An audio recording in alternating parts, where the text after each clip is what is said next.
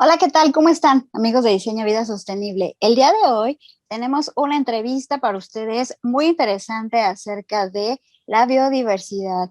Está con nosotros el biólogo por la Facultad de Ciencias de la UNAM y maestro en Ciencias Biológicas por el Instituto de Biología de la UNAM, David Brailovsky Signoret, quien nos va a hablar de de toda la importancia que tiene la biodiversidad para nuestro país y muchísimas cosas más que nos va a platicar. Pero no vamos a empezar nuestra entrevista sin presentar a la maestra en Ciencias en Sustentabilidad, Hazel Bond, que también es parte importante de Diseña Vida Sostenible. ¿Cómo estás, Hazel? Buenas tardes. Hola Vero, hola David, muy contentos de estar aquí ahora en Diseña también con este interesante y muy relevante tema para todos, ¿no? Tanto en México como en el mundo. Así es. Nuestro tema de hoy, nuestra entrevista de hoy tiene que ver con la biodiversidad y cómo protegerla desde nuestro ámbito. Yo le doy la bienvenida a David Brailovsky Signoret. ¿Cómo estás, David? Buenas tardes. Buenas tardes, Vero, buenas tardes, Hazel. Pues les agradezco mucho la invitación a participar en este programa con tan interesante tema, que es pues la conservación de la biodiversidad y la crisis de especies que estamos enfrentando, ¿no? Que es quizá uno de los retos más grandes que pues podemos enfrentar como humanidad en este momento. Eh, Creo que pues, ustedes van a dirigir la entrevista a través de una serie de preguntas ya más o menos planteadas y yo con mucho gusto pues las voy contestando con gusto, ¿no? Así es, David. Pues te agradecemos mucho el que hayas accedido a tener esta entrevista con nosotras, para todos nuestros seguidores de Diseña Vida Sostenible. Y pues bueno, para empezar, yo te quiero preguntar, ¿qué podemos entender, David, por biodiversidad? Miren, el término de diversidad pues se usa en muchas áreas, o sea, es un término que viene incluso desde la física, la geología, la astronomía, la evolución del universo, ¿no? Y aplicado a la parte biológica, se tiene el término biodiversidad. Ese término aparentemente moderno, en realidad tiene muchos antecedentes, ¿no? Entonces, por ejemplo, Aristóteles ya manejaba pues algo de la diversidad de los organismos y muchos estudiosos los estudiaron en el pasado, pero como tal el término surgió pues más o menos en el Renacimiento y sobre todo en la época de la Revolución Industrial con Darwin y con personas como pues Alexander von Humboldt, que manejaba el término pintoresco, ¿no? Que es en realidad pues lo que él entendía como lo que entendemos ahora por biodiversidad, ¿no? Se expresa en muchos niveles, o sea, biodiversidad molecular, celular, genética, organísmica, poblacional y biótica. Y además, pues es algo muy importante porque tenemos una gran diversidad de organismos en el planeta a todos esos niveles, ¿no? Hay alrededor de 2 millones de especies descritas aproximadamente y quizá unas 10 o 15 millones por describir.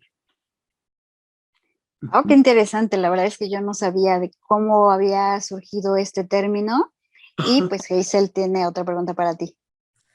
Gracias, Vero. Sí, ¿no? Impresionante los números y seguramente andarán los números también muy altos en términos de la pérdida de esta biodiversidad. Y en ese sentido, David, ¿por qué resulta tan importante proteger la biodiversidad que nos queda aún pues en nuestro país y en el mundo? Miren, bueno, en realidad la biodiversidad sustenta todas las formas vivas del planeta y también a la humanidad en muchos sentidos, ¿no? O sea, tiene un derecho inherente a existir porque es el resultado de una evolución biológica de muchos millones de años. O sea, estamos hablando de que la diversidad de los organismos pluricelulares lleva más de 600 millones de años de evolución, ¿no? Y la vida en sí, pues tiene más de 3.800 millones de años sobre la Tierra, ¿no? Aunque era vida bacteriana. Y pues somos una parte más de la biodiversidad. La biodiversidad nos nutre, tiene muchos elementos que sostienen pues nuestra industria de la construcción, nuestras viviendas, la obtención de alimentos, pues incluso el gozo, la recreación y el crecimiento espiritual tienen que ver con la convivencia con la naturaleza, ¿no? Y además, pues la debemos de cuidar mucho porque estamos causando una sexta extinción masiva. Ha habido alrededor de 5 extinciones previas de este nivel, obviamente con un nivel superior, pero esta extinción es muy, muy, muy seria porque la estamos causando a través de ciertas acciones humanas, ¿no? De las cuales vamos a platicar un poquito más adelante. Y yo me preguntaría si de verdad, pues la gente piensa que hay muy poca o queda muy poca diversidad en nuestro país. No es así. Permanece una parte significativa de la biodiversidad de los ecosistemas mexicanos, pero mucha de esta está en riesgo. Por ejemplo, para dar algunos números, pues hay alrededor de 20,000 especies de plantas descritas y alrededor de 5 a 7,000 por descubrir, ¿no? Sin embargo, muchos de nuestros ecosistemas están defaunados y esto es pues desde tiempos coloniales incluso y sobre todo desde el México independiente, por la caza y por el desarrollo de la agricultura del que pues, tenemos pues grandes efectos, ¿no? Pero sí hay muchísima diversidad en México que proteger. Hay mucho que todavía no se conoce. Necesitamos también más taxónomos y más ecólogos que estudien las características y no solamente describan a las especies, sino que las conozcan y las interpreten y vean cuál es su rol en los ecosistemas. Claro, bueno, pues entonces seguimos rompiendo estos paradigmas, ¿no? De decir, la biodiversidad es algo aparte, cuando no, es parte integral de nuestra vida y que efectivamente pues estamos afectándola en diferentes grados pues con nuestras actividades. Pero vamos contigo, Vero, con la siguiente pregunta. Muy bien, David, yo quiero preguntarte ahora, ¿cuáles son los principales factores que afectan o causan la pérdida de la biodiversidad en, pues, si no es que la mayoría de los ecosistemas de nuestro país, en algunos, si nos puedes explicar? Sí, miren, bueno, la pérdida de biodiversidad en México está bastante elevada en cuanto a los ecosistemas terrestres y los principales factores están vinculados con el cambio de uso de suelo a través de la deforestación, que pues viene desde tiempos coloniales, pero se ha incrementado exponencialmente. La agricultura extensiva, sobre todo los monocultivos, que ahorita, por ejemplo, están acabando con algunas zonas de las selvas chiapanecas, donde están metiendo palma de aceite igual que en Indonesia. Y también la ganadería excesiva. Y bueno, que también, pues por ejemplo, el ganado bovino y caprino, pues pueden sobrepastorear ciertas áreas o se incentiva la tala inmoderada o lo que sucede en los Tuxtlas, ¿no? Y en varias partes de las selvas del sureste mexicano y de Veracruz, donde pues a raíz de prohibiciones pues no se pudo aprovechar de forma sustentable la madera preciosa y los campesinos se vieron obligados a quemar para sembrar pastos o dejar crecer pastos para la crianza de ganado, ¿no? Otro aspecto muy importante es el tráfico de especies en diferentes aspectos, ¿no? O sea, la colecta ilegal, el comercio clandestino, incluso el comercio legal mal llevado puede ocasionar problemas a través de la liberación de especies exóticas o son especies que no son nativas o no permanecen, no son propias del país, ¿no? O de una región. O sea, una especie exótica es una especie proveniente de otro lugar. Y también un poco la contaminación, o sea, sobre todo la lluvia ácida alrededor de las grandes ciudades ha ocasionado problemas, por ejemplo, en el sur de la Ciudad de México, en la zona forestada, hay ciertos problemas de salud en los árboles a través de la acidificación del agua. Sí, pues son muchos los factores, como tú comentas, el cambio de uso de suelo ha sido uno de los principales, ¿no? Que en muchas regiones, pues tratan de aumentar estas actividades, la ganadería, la agricultura y por otro lado, pues la tala de árboles, que pues sí han afectado pues grandemente muchos ecosistemas como son el bosque, la selva, entre otros, ¿no? Hazel. Claro.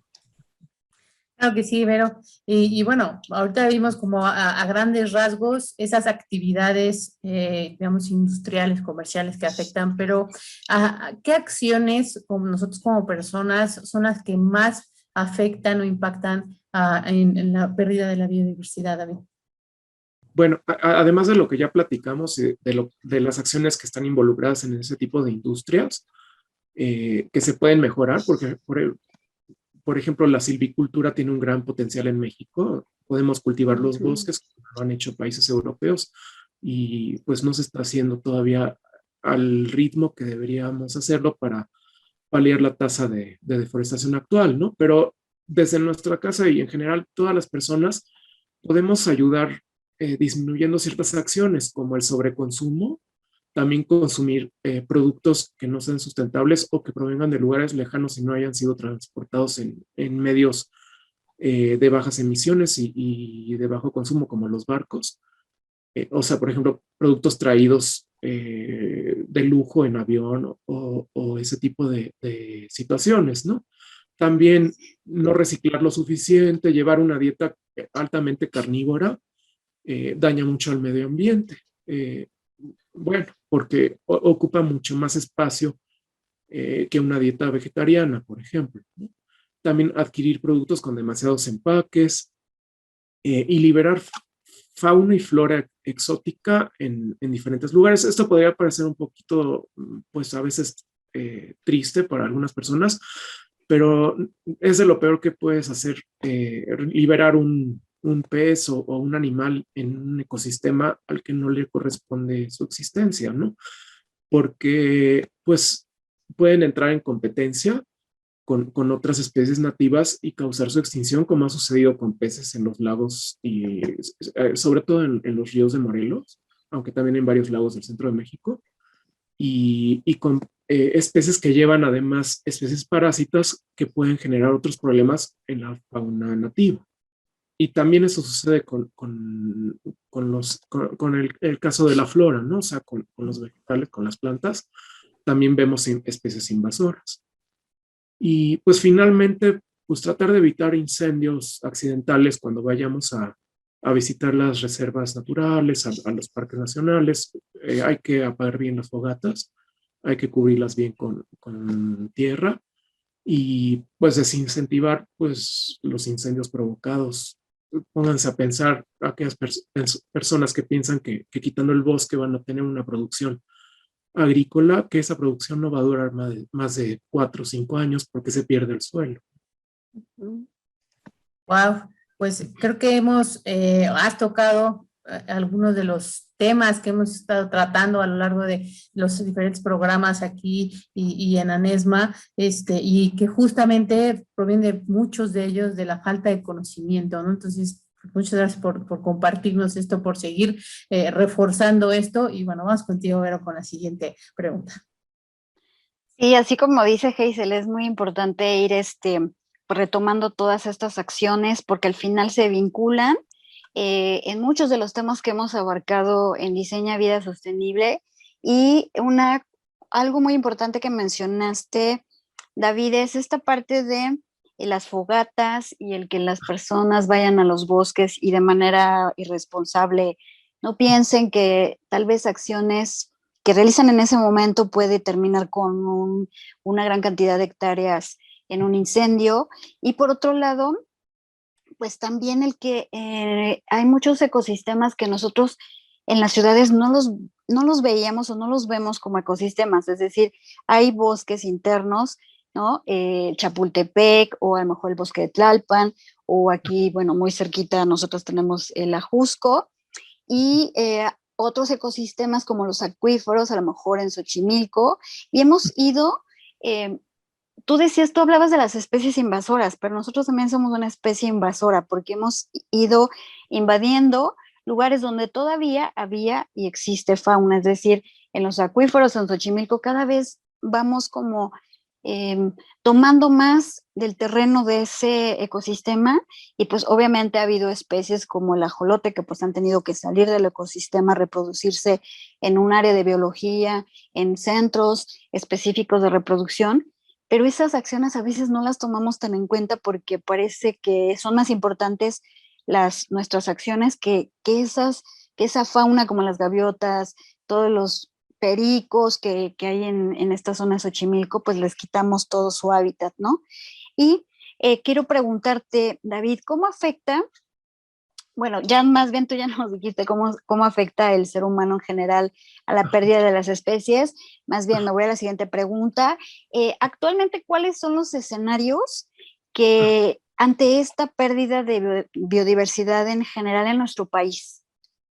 Bueno, pero sí, miren, pues estamos viendo un empobrecimiento de muchos ecosistemas que tiene que ver con algunas de esas afectaciones de las que les platiqué, que, bueno, también se ven en problemas de bosques depauperados, como por ejemplo los problemas que están teniendo las mariposas monarca, que, bueno, en este momento ya afortunadamente muchas de las áreas donde llegan a refugiarse durante la temporada invernal ya están protegidas y hay varios programas que están teniendo éxito para mantenerlas, ¿no?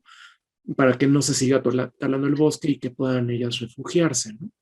Eh, Hay muchos aspectos que pueden afectar de diferente forma. O sea, también nuestro consumo, por ejemplo, de transgénicos, si nosotros consumimos transgénicos, además de que algunos hacen algún daño, aparentemente, según algunos estudios, se ha visto que están dañando las poblaciones de mariposas y de abejas y de polinizadores, ¿no? Entonces, incluso hay una crisis de las abejas en Norteamérica y también ya en México, en algunas partes.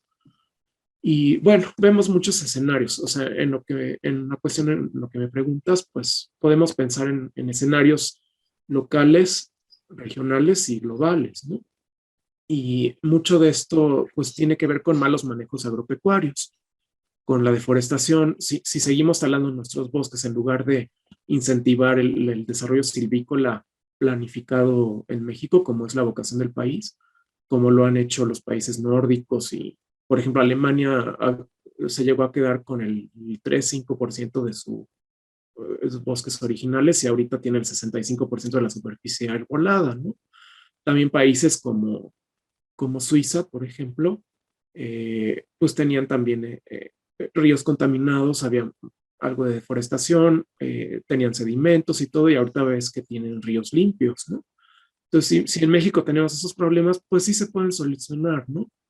Y pues en el peor de los casos, pues algunos de los escenarios pues incluyen también pérdida de biodiversidad y de fuentes para descubrir nuevos medicamentos y también para poder encontrar otros usos de las plantas y de productos animales también que puedan ayudar o coadyuvar a la especie humana, ¿no?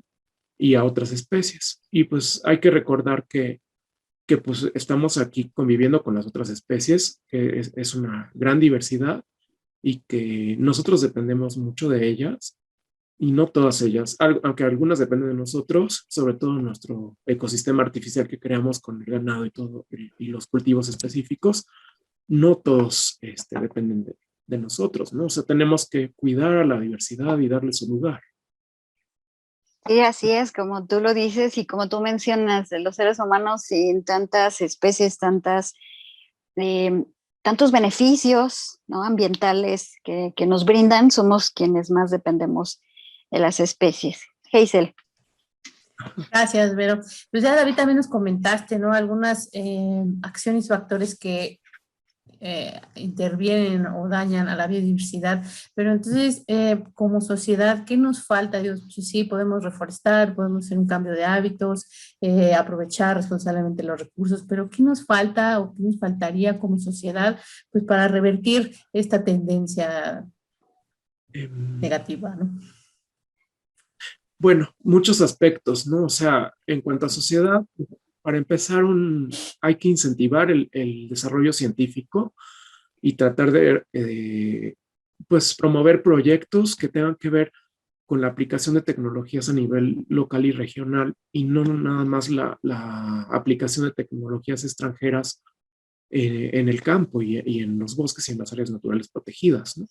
Además, pues tenemos que fomentar y financiar proyectos de investigación seria que fundamenten los programas de manejo que muchas veces y en muchos casos, sobre todo en las reservas más antiguas, tienen que ver más bien con especies icónicas o con especies carismáticas, ¿no? O sea, por ejemplo, la presencia de osos o la presencia de ciertos animales grandes, los pumas, los perritos de las praderas, a veces plantas también.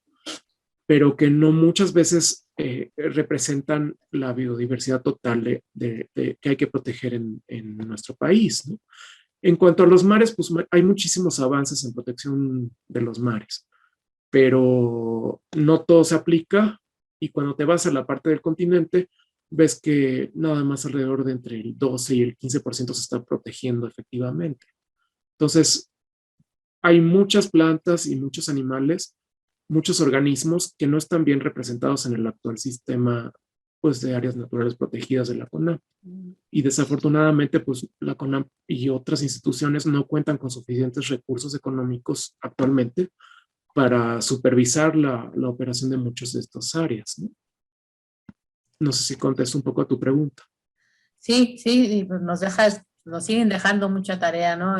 O sea, es importante actuar desde casa, pero pues también ya como sociedad podemos ir empujando a estos proyectos, a esta inversión, ¿no? A que se cambie de alguna manera esta inversión hacia otras cosas que a lo mejor no son tan urgentes, ¿no? Y que se enfoquen un poco más a la parte pues viva y natural, que pues al final del día, ¿no? Pues es la que nos da de comer, la que nos da aire, la que nos da agua, y pues que tenemos que estar cuidando.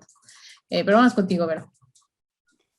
Muchas gracias, Hazel. Y bueno, David dijo algo muy importante, que era el apoyo a la parte de la investigación, porque ustedes como biólogos, como ecólogos, ¿no? Ustedes son los que pues ven y nos pueden, analizan el estado de salud de los ecosistemas.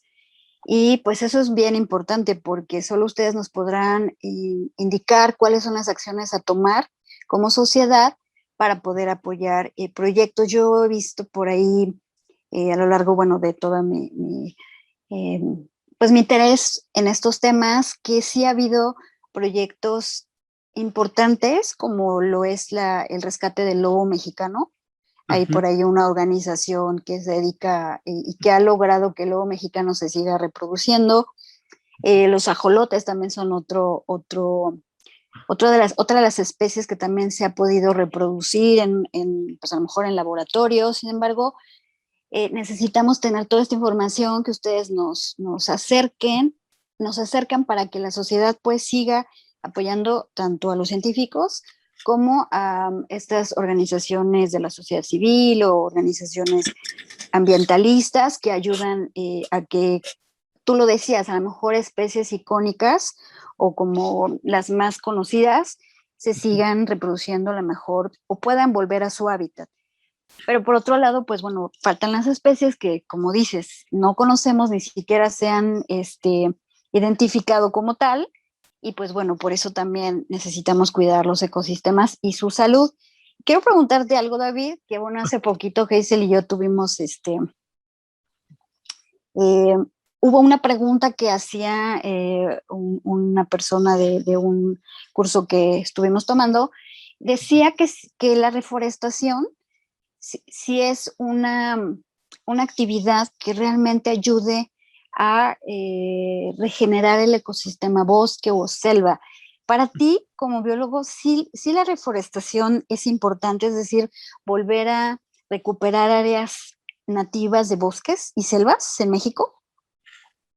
Sí, claro, como les comentaba, yo siento que, bueno, el país definitivamente tiene un potencial silvícola muy, muy alto, y depende de cómo vayan a aplicar la reforestación, porque no siempre tiene éxito la siembra de árboles, ¿no? Esto se debe mucho a que no se les da un seguimiento o no se usan tecnologías modernas para aumentar la supervivencia de los arbolitos, ¿no? Pero a la vez, o sea, hay que proteger ciertas áreas donde está la diversidad en toda su diversidad, su gama, intocadas, o sea, intactas, y manejar otras áreas que no sean tan prioritarias para sembrar ahí algunas plantaciones tratando de no hacer monocultivos, ¿no? Además, pues también es muy importante cambiar los hábitos alimenticios y también aprovechar los bienes de manera sustentable, ¿no? Y pensar cómo se van a aprovechar estos bienes. O sea, hay explotaciones forestales de muchos tipos, ¿no? Algunas tienen que ver también con los desiertos. Y en general lo que se ha hecho en México pues es utilizar los recursos existentes y no reforestar. En realidad hay muchísimo campo de trabajo dentro de este tema, porque si tú ves desde el espacio la zona central de México, pues vas a ver un mar de agricultura con algunos pocos manchones de bosques bien conservados, ¿no? Y esto es muy grave, ¿no? Y ahorita pues está abocando mucho el esfuerzo de tala, en teoría más o menos controlada, pero en realidad no estamos cumpliendo los niveles de reforestación que requerimos para que se mantenga a largo plazo, ¿no? Sobre todo hacia la Sierra Madre Occidental, que tiene muchísimos bosques todavía, pero pues por más grande que sea la extensión de los recursos naturales, si estos son depredados de manera incontrolada, en algún momento van a ocasionar lo mismo que pasó en Veracruz, ¿no? En el eje neovolcánico desde la colonia. Y por otro lado, las selvas están en mayor peligro, tal vez, sobre todo las selvas húmedas y las selvas altas. Actualmente, lo que les comentaba, ¿no? De que, pues en la zona sur del país, en Chiapas sobre todo, se está empezando a optar por el cultivo de la palma de aceite y otros cultivos, monocultivos en grandes extensiones, que pues pueden poner en riesgo a la diversidad o ya le están poniendo, ¿no? Y podríamos pensar que esto se puede resolver, pero en realidad, si afectamos de manera seria a la diversidad, va a tardar muchos cientos de años en resolverse. O sea, esto ya ocurrió, por ejemplo, con los mayas, que acabaron con sus ecosistemas, talaron mucho las selvas y esa cultura colapsó, ¿no? Otro ejemplo bueno, y tardó cientos de años en recuperarse la selva como la vemos ahorita, ¿no? Puede tardar incluso miles y para algunas especies. Y también podemos, pues tratar de evitar esos errores que cometieron algunas otras culturas, que de una manera u otra también se dan de manera similar en México, ¿no? O sea, por ejemplo, se están salando algunos terrenos, estamos sobreexplotando mantos acuíferos fósiles que pues pueden limitar la producción futura de alimentos, ¿no? Lo que le pasó a Babilonia, a algunas culturas, por ejemplo, Rapa Nui en la isla de Pascua acabó con sus árboles y ya no pudieron pescar porque ya no podían hacer barcos. Son algunos ejemplos extremos, ¿no? Pero sí los vemos en algunos casos y tenemos que aprender las lecciones para tratar de evitarlos haciendo sinergias y tratando de utilizar las mejores tecnologías que tengamos con la participación ciudadana, ¿no? Porque no solamente las empresas o los campesinos o las personas que talan los bosques son los responsables, sino que desde nuestro consumo nosotros afectamos la forma en que todos esos movimientos económicos y pues de explotación del ambiente se dan, ¿no? Continuamente. Y pues también reitero que la protección y la definición de nuevas áreas naturales protegidas, en general en diferentes áreas pues, del país, sobre todo de los desiertos, porque casi no están protegidos los desiertos, y hacer que funcionen mejor las áreas que protegen los bosques y las selvas, es de vital importancia para poder conservar la biodiversidad, aprender más de ella y seguir entendiendo de qué manera se puede beneficiar la humanidad y podemos mantener también ese equilibrio con la naturaleza. O sea, la deforestación y el cambio de uso de suelo para agricultura y ganadería sí es muy, muy, muy grave en México.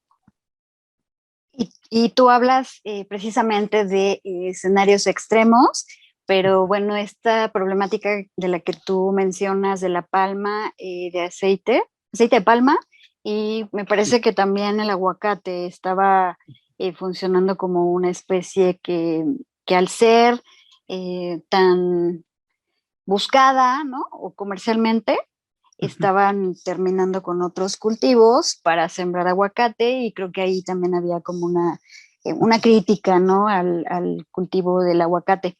Pero Hazel tiene otra pregunta para ti. Gracias. Claro, sí, gracias, Vero.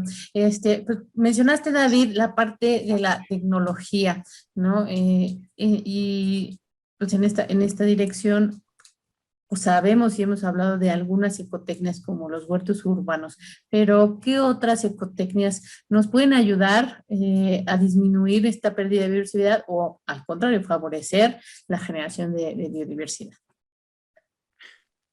Pues sí, mira, en cuanto a ecotecnias, pues podemos pensar también, además de reciclar, reparar y compostear, que ya lo han tratado en otros programas, también tenemos que utilizar energías renovables. Las energías renovables se pueden aprovechar de diversa manera. O sea, en general, el país, la mitad de México tiene mucha lluvia y la mitad de México tiene poca lluvia, o sea, sobre todo el centro hacia el norte, ¿no?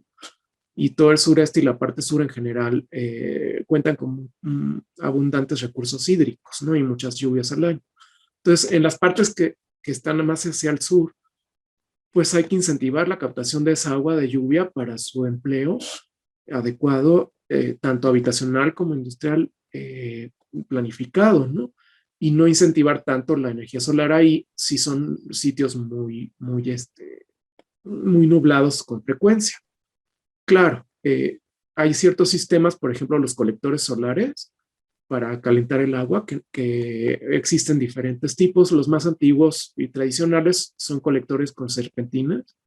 Es como un serpentín de cobre que está enmarcado dentro de una capa de vidrio o de algún plástico y tiene una eficiencia un poco menor a los más modernos. Ahora estamos usando colectores con tubos de borosilicato, y los tubos de borosilicato hagan de cuenta que es como un foco con doble funda. Entonces, en el interior pasa el agua y en el exterior hay una baja presión, no totalmente un vacío, pero sí una baja presión, y el agua va pasando hacia un termotanque conforme se calienta. Además, la parte interna está tapizada con materiales oscuros, algunos óxidos de aluminio y otras sustancias que emplean, ¿no? Incluso hay nuevas versiones que funcionan con anticongelante y calientan directamente el agua a través de un bulbo de cobre dentro del termotanque y también son aún más eficientes, ¿no? Ahora, en la parte norte del país y en el centro, pues tenemos muchísima disponibilidad de luz solar, ¿no?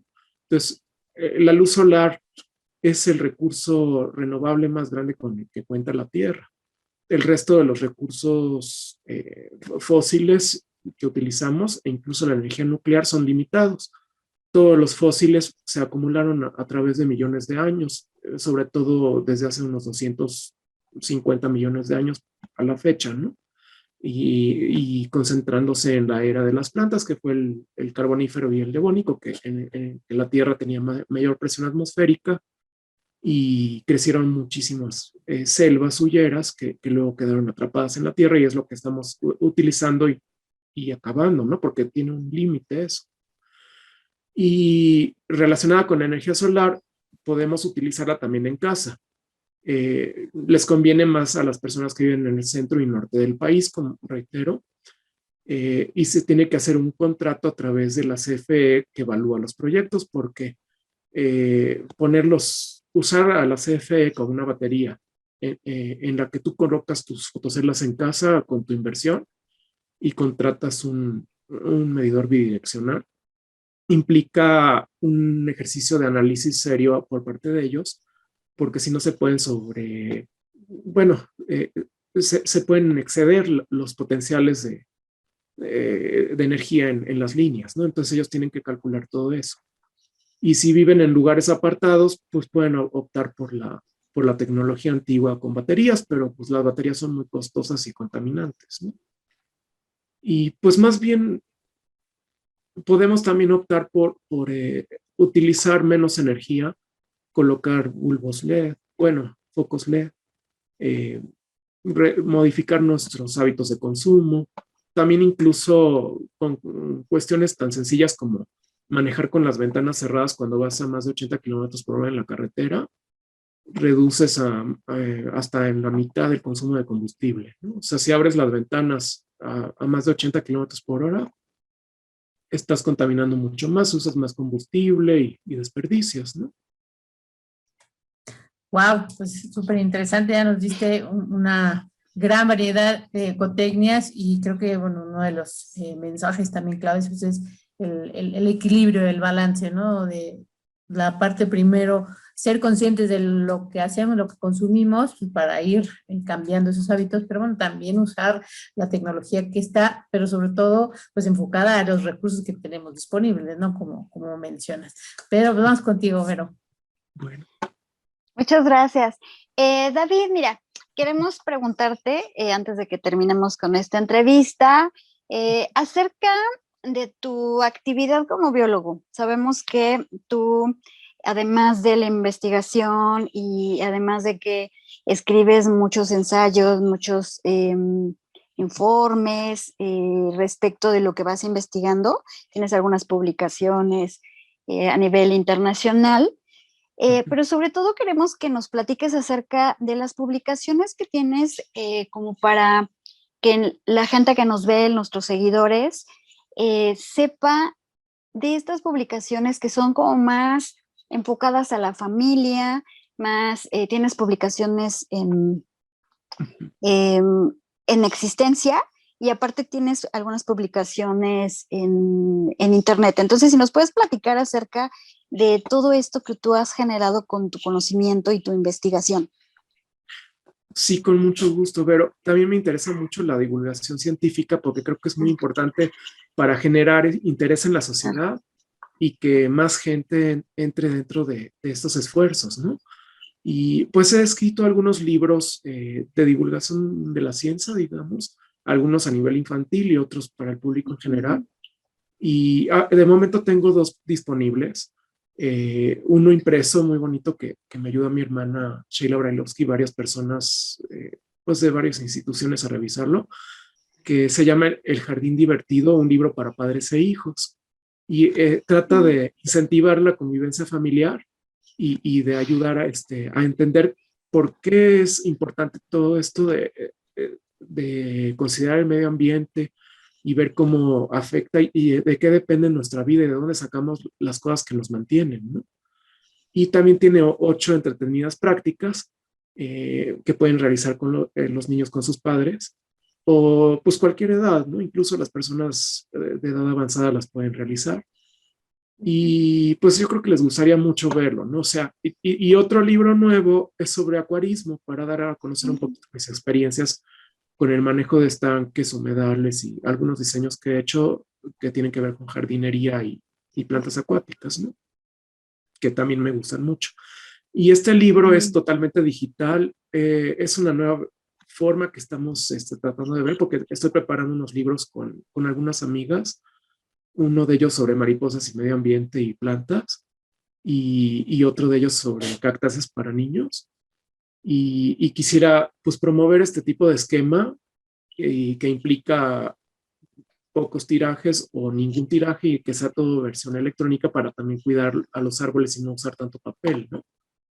Y pues los pueden consultar junto también con algunas ligas a artículos relacionados con la conservación de la diversidad en México en las páginas que les estoy mostrando aquí. Y bueno, sobre todo en Facebook están las páginas con los nombres de los libros y con el nombre de un libro anterior que se llama Curso Práctico de Jardinería para Niños, que pues ese ya está agotado, pero el nuevo libro pues lo supera por mucho, ¿no? Y también puedo dar asesorías y intercambio de ideas y diseño proyectos relacionados con el medio ambiente. Sí, porque también David se encarga de diseñar huertos, jardines, está muy enfocado en esta parte de los proyectos de las plantas, ¿no? De todos los tipos de plantas que podemos aprovechar en nuestro jardín, en nuestra casa o en algún otro, en escuelas, en algunos otros espacios. Nosotras vamos, después de esta entrevista, vamos a colocar en nuestra página de Diseña Vida Sostenible las ligas y donde pueden encontrarte, por supuesto, para poder adquirir estos libros que son muy interesantes y que, como tú lo dices, fomentan obviamente el cuidado del ambiente, el conocimiento de las plantas que tenemos disponibles en nuestro país y por otro lado, pues la convivencia familiar, ¿no?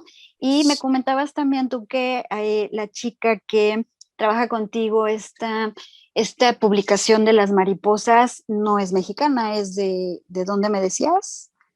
Bueno, sí, sí, ella sí es mexicana, pero Ah, trabaja en Estocolmo, Suecia. ok, ok. Ajá. Ella hizo un doctorado y postdoctorado allá. Ah, Ajá. pensé que ella no era mexicana, De pero bueno. hecho, fue mi compañera muy querida en la Facultad de Ciencias cuando apenas la biología hace como 20 Ah, años. sí, Y, sí. Y pues, qué ajá, importante esto de la divulgación de la ciencia y de las especies, ¿no? sí, es muy importante y también, bueno, quisiera agregar algo más, si me permites. Claro. Eh, También es muy importante la labor que cumplen los jardines botánicos para la conservación, Ujú. porque todo lo que es la conservación en áreas naturales protegidas se considera como conservación in situ o en el lugar. En los jardines botánicos se han podido conservar especies que están extintas en el medio silvestre.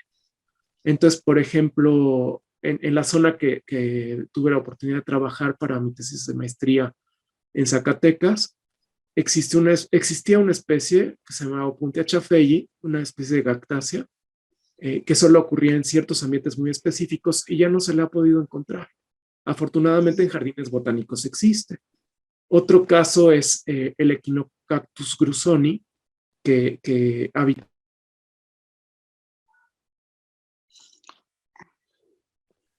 y todavía habita, perdón. ¿Me escuchan? Sí, Bueno, te sí, escuchamos, pero te perdón, sí. vemos un poquito Ah, girado si giras tu ay, celular para que regrese sí, la perdón. posición. Ahí Ajá, está. muy bien, listo. Sí, perdón. Este, sí, les comentaba que esta biznaga de barril casi desapareció por la creación del embalse de Bernardo Guidia, que es la presa de Simapán. Entonces hubo una operación conjunta entre CANTE, que es una asociación que existía de cactólogos americanos y mexicanos, ahora ya no existe como tal, y el Instituto de Biología, en donde hubo un programa de rescate de varias semanas donde se rescataron cactáceas y fueron llevadas al Charco del Ingenio en Guanajuato y al Jardín Botánico Nacional en el Instituto de Biología de la UNAM, entre otros lugares, ¿no? Entonces, esta labor es muy importante y tiene que ser también apoyada. Ustedes también pueden contribuir no comprando plantas en peligro de extinción o comprándolas nada más cuando tienen un certificado, ya sea un certificado CITES adecuado, que es la agencia que controla el tráfico de especies silvestres, o también en el Jardín Botánico de la UNAM, si tienen oportunidad de ir pronto, esperemos que se pueda reabrir pronto. Ahí hay un programa de adopción de plantas en peligro Mm. y está funcionando bastante bien. Sí, sí, de hecho, Hazel ya fue por unas plantitas, Qué bien. adoptó unas plantas por ahí. Pues bueno, es un tema, sabemos que es un tema extensísimo como nuestro país, es un tema tan importante que seguramente volveremos a tenerte aquí en Diseña Vida Sostenible para que nos platiques más acerca pero bueno, el día de hoy nos abriste un panorama muy fuerte, muy grande respecto de lo que todavía tenemos que preservar, conservar, respetar y sobre todo, pues bueno, el que hayas estado con nosotras el día de hoy, David. Muchas gracias. Gracias. Pues les agradezco mucho la oportunidad y pues estoy abierto a sus preguntas en los correos y lo que van a compartir ustedes. Muchas gracias, Vero, y muchas gracias, Hazel. Y ya Muchísimas gracias a ti.